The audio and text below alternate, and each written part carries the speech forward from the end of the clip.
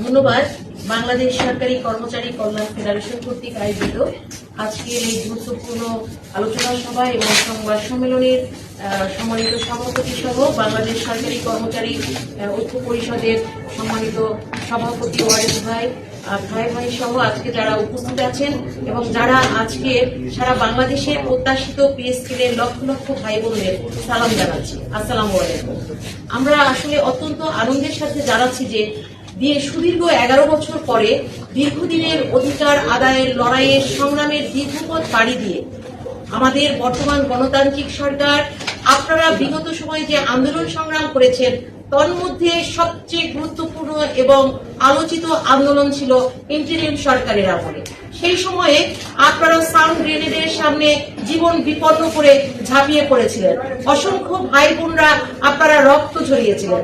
তার বিনিময়ে কিন্তু অর্জিত আজকের এই নবম পে স্কেল।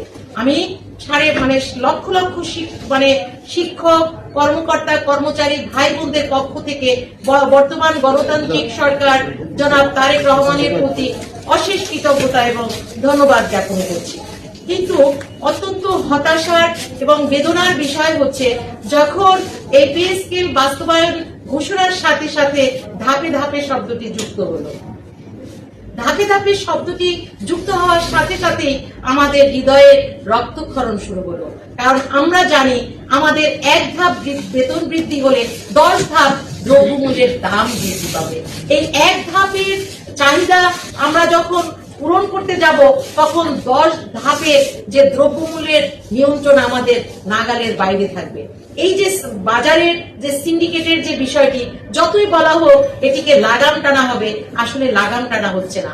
আপনারা জানেন আমরা কিন্তু যখনই কেউ শুনে যে আমরা সরকারি চাকরি করি কিন্তু আমরা কতটুকু বেতন পাই সেটা নিয়ে কিন্তু ভাবে না। আমাদের একজন রিক্সা শ্রমিক ভাইও এখন আমাদের কাছ থেকে প্রত্যাশা করে যে আমাদের বেতন বেড়েছে, তাদেরও ঘাম শুকাবার আগে যেন আমরা তাদেরকে 10টি টাকা বাড়িয়ে দিই। কিন্তু তিনি কিন্তু তার জায়গা থেকে যে চাহিদাটা আমাদের দিকে ছুড়ে দিচ্ছেন সেখানেও কিন্তু মিথ্যে নেই। কারণ তিনি তো ঘাম ঝরিয়ে একটি টাকা নিতে চাচ্ছেন, কিন্তু তিনি কিন্তু জানছেন না যে আসলে আমাদের বেতন বৃদ্ধির সীমিত জায়গাটুকু, আমাদের সংকুচিত জায়গাটুকু কিন্তু বাংলাদেশের খেটে খাওয়া শ্রমজীবী মানুষরা জানে না। আমি যখন সবজি কিনতে যাব তখন কিন্তু আমার সবজিওয়ালা ভাই জানছে না যে আমার বেতন কতটুকু বৃদ্ধি পেয়েছে। আমি মাননীয় প্রধানমন্ত্রী, আমি মাননীয় অর্থমন্ত্রী সহ রাষ্ট্রের যারা গুরুত্বপূর্ণ এখন বাংলাদেশ সরকারের দায়িত্ব নিয়ে সংসদে গুরুত্বপূর্ণ দায়িত্ব পালন করছেন, যারা কণ্ঠযুদ্ধ করে যাচ্ছেন লক্ষ লক্ষ কর্মকর্তা কর্মচারীদের পাশে, আপনারা সাহসী ভূমিকা পালন করে আমাদের মাননীয় প্রধানমন্ত্রীকে আপনারা আপনাদের মেধা, মনন এবং কলম দিয়ে আপনারা তাকে বোঝাতে সক্ষম হবেন যে বাংলাদেশের লক্ষ লক্ষ কর্মকর্তা কর্মচারীদের নবম পে স্কেল শতভাগ বাস্তবায়ন এখন সময়ের উপযুক্ত দাবি। সম্মানিত সহযোদ্ধা ভাই বোনেরা, আপনারা নিরাশ হবেন না। আমি গণতান্ত্রিক সরকার মাননীয় প্রধানমন্ত্রী যিনি আছেন, আমি তার চলন, তার বলন, তার মানবিক আচরণ থেকে সুস্পষ্ট তিনি আমাদের দুঃখ দুর্দশা লাঘব করবার অভিপ্রায়ে তিনি যথেষ্ট আন্তরিক। আমরা মানুষের সাথে কিন্তু মেশার প্রয়োজন নেই। একটি মানুষের চলন বলন, তার পরিবর্তনশীল আচরণিক বহিঃপ্রকাশ থেকে আমরা বুঝতে সক্ষম হই কিংবা একটি মানদণ্ডে ফেলতে সক্ষম হই যে এই মানুষটির গতিবিধি কি, এই মানুষটির মানসিক চাহিদা কি, কিংবা তিনি আসলে কি করতে চাচ্ছেন। কিন্তু আমরা জানি সরকারের জায়গাটিও সীমাবদ্ধতা থাকে। কিন্তু আমি বলবো বিভিন্ন খাত থেকে সংকুচিত করে হলেও আমাদের এই নবম পে স্কেলের বাজেটটি প্রসারিত করা হোক।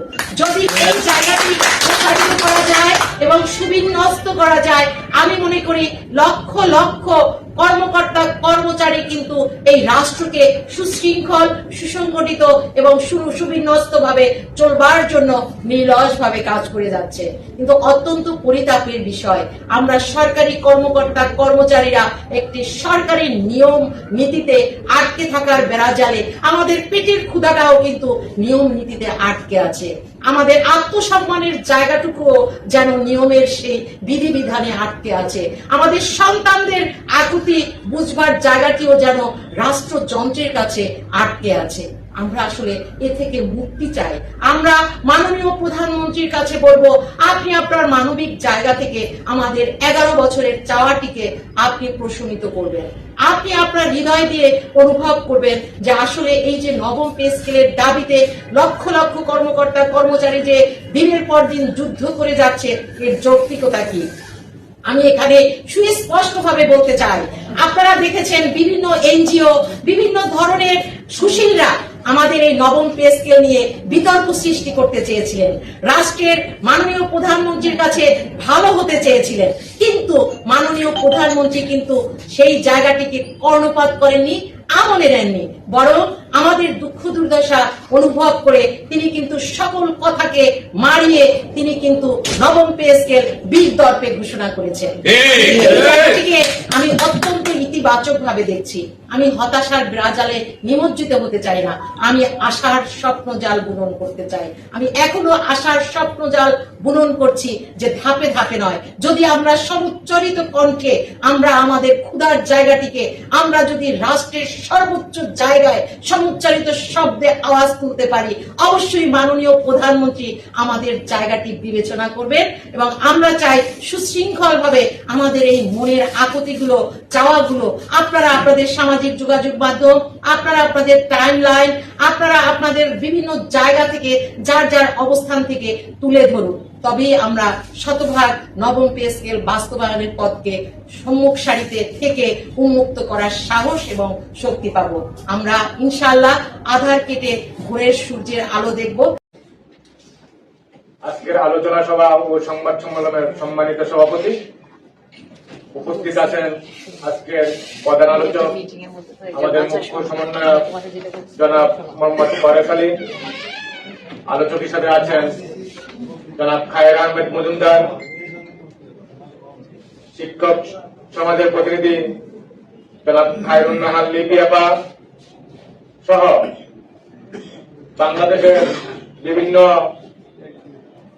অফিস দপ্তর পরিদপ্তর থেকে আগত নেতৃবৃন্দ, সবাইকে আমি সংগ্রামী শুভেচ্ছা জানাচ্ছি। আপনারা জানেন 11ই জুন মহান জাতীয় সংসদে জাতীয় বাজেটে বাংলাদেশ সরকারি কর্মচারীদের জন্য পে স্কেল ঘোষণা করেছেন।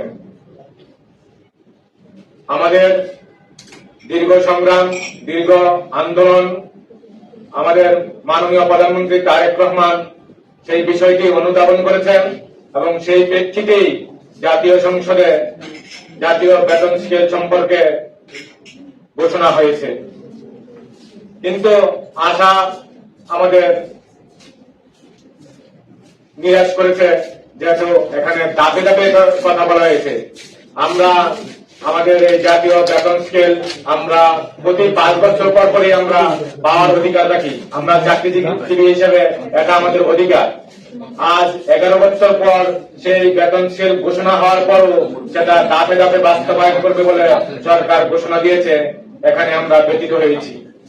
আমরা চাই আমাদের বেতন স্কেল 100% হিসেবে কোন ধাপে ধাপে নয়, 100% হিসেবে একেবারেই আমাদের বেতন স্কেল বাস্তবায়ন করবে, সেই আশা ব্যক্ত রেখে আমি আমার বক্তব্য